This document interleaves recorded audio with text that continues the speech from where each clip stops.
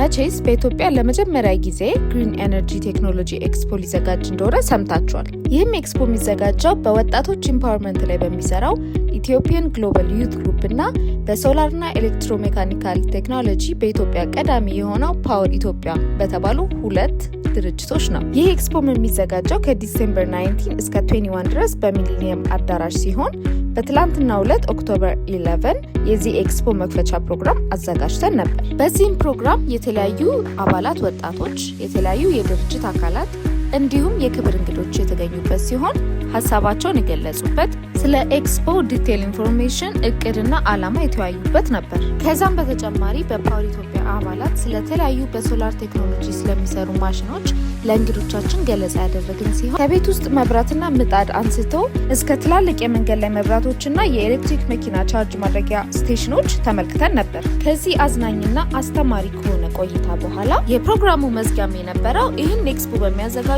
ሁለት ትልልቅ ድርጅቶች መካከል የተካሄደ የፊርማ ፕሮግራም ሲሆን ስለዚህ ኤክስፖ ተጨማሪ መረጃዎችን ለማግኘት ይህንን ፔጅ ፎሎ ያድርጉ። እናመሰግናለን።